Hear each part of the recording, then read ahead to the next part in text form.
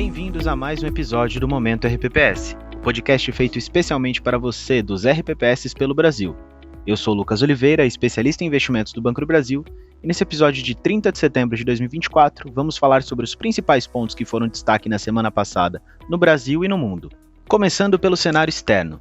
Nos Estados Unidos, o núcleo do PCI, principal indicador monitorado pelo Fed, desacelerou 0,2 em julho para 0,1, arredondado de 0,13 em agosto. No comparativo anual, o índice registrou uma alta de 2,7, levemente acima dos 2,6 de julho, como previsto. Em relação aos discursos dos membros do Fed, Michelle Bowman, única dirigente que votou por um corte menor de 25 pontos e não pelo corte de 50 pontos no último FONC, reiterou que prefere um ritmo mais lento de cortes nas taxas de juros para evitar preocupações sobre a economia ou sobre um relaxamento excessivo de condições financeiras nos Estados Unidos. Na China, o presidente do Banco Popular Chinês anunciou um pacote significativo de incentivos à economia, incluindo a redução da taxa de reservas obrigatórias e da taxa mínima de entrada para segundas residências, além de uma possível redução adicional nas reservas obrigatórias ainda nesse ano. Já no Japão, o presidente do BOJ afirmou que o banco tem tempo para avaliar o cenário global antes de tomar ajustes de juros, que poderão ser elevados caso a inflação subjacente continue a subir. Bom, e como serão os próximos dias no exterior?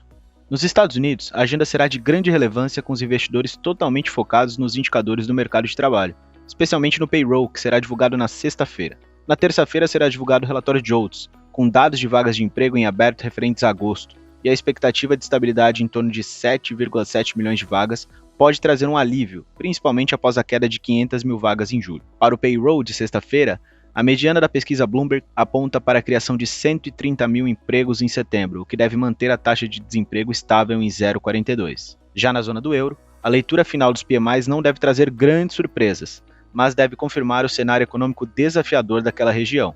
O destaque será a leitura preliminar do CPI de setembro. Para a próxima semana, a resiliência do mercado de trabalho americano pode sustentar a alta das yields dos treasuries e impulsionar o dólar frente à maioria das principais moedas, enquanto as divisas emergentes podem se valorizar com as expectativas de melhora na economia chinesa.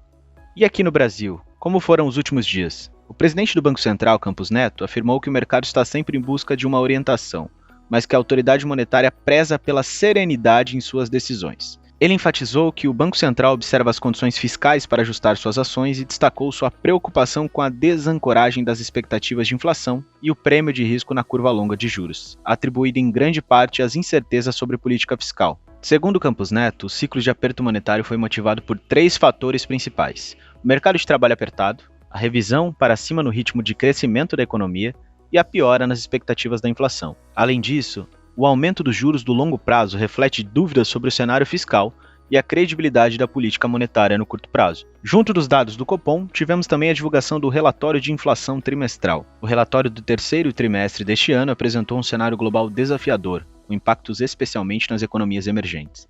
A desaceleração nos Estados Unidos trouxe incertezas sobre a futura política do Federal Reserve. No Brasil, o relatório de inflação destacou a resiliência da atividade econômica, mas apontou um aumento nas expectativas de inflação. O produto interno bruto e a força do mercado de trabalho foram fatores centrais na decisão do Banco Central de elevar a taxa Selic em 0,25 ponto percentual, alcançando atualmente 10,75 ao ano. E nessa semana, o que será destaque pelo Brasil?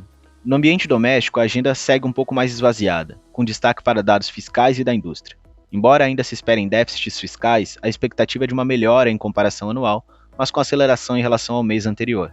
No campo político e fiscal, com a aproximação das eleições municipais de 6 de outubro, os eventos serão mais escassos, mantendo o foco na condução da política monetária, com o mercado majoritariamente apostando em um aumento no ritmo de aperto a partir da próxima reunião em novembro, devido à força dos dados da atividade e do mercado de trabalho no Brasil. Diante de uma semana importante nos Estados Unidos, espera-se uma correção altista na curva dos treasuries, o que deve impulsionar também a curva de juros doméstica, ainda refletindo os robustos dados de mercado de trabalho. O dólar deve se desvalorizar de forma moderada, equilibrando a resiliência da atividade americana com o otimismo gerado pelos recentes estímulos chineses, que favorecem assim as moedas emergentes.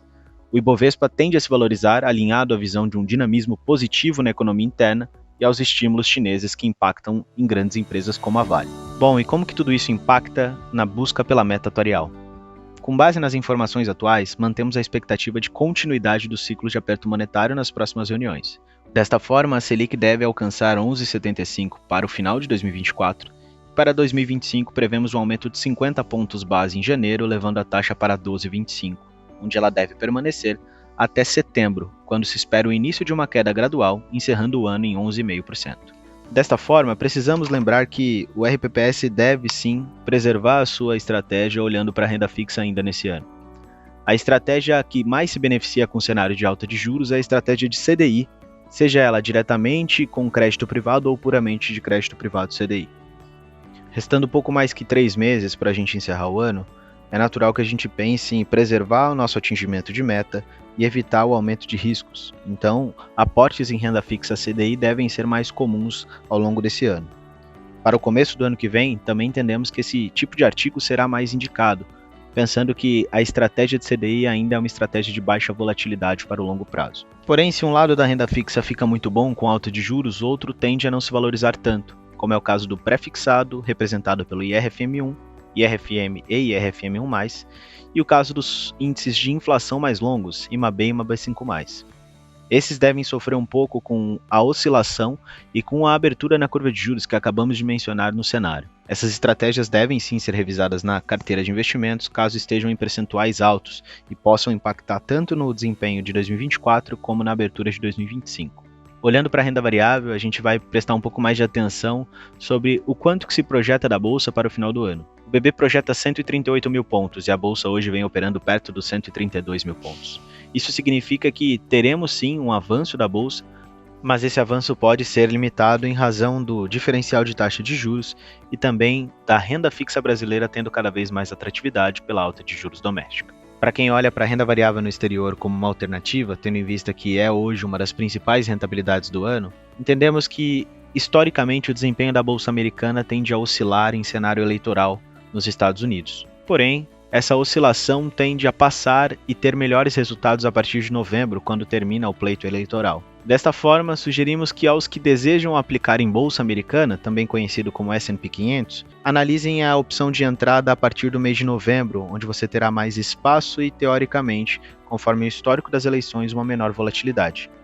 E aqui vale um destaque para um fundo do BB. O BB Bolsa Americana é um fundo de Bolsa Americana enquadrado no artigo 8º.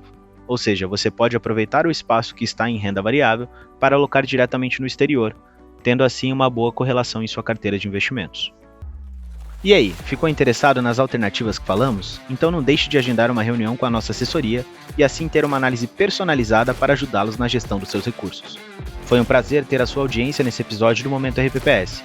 Você tem sugestões de temas para conversarmos aqui? Manda pra gente, fale com seu gerente de governo ou com o seu especialista de investimentos no BB. Então é isso, até semana que vem, descomplicando o mundo RPPS. Até mais!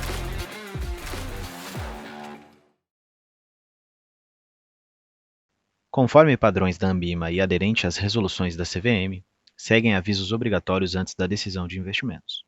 Leia o prospecto e regulamento dos fundos antes de investir. Rentabilidade passada não representa a garantia de rentabilidade futura. Fundos de investimento não contam com a cobertura do FGC, Fundo Garantidor de Crédito, do gestor ou do administrador. Para avaliação da performance de um fundo de investimento, é recomendável a análise de no mínimo 12 meses.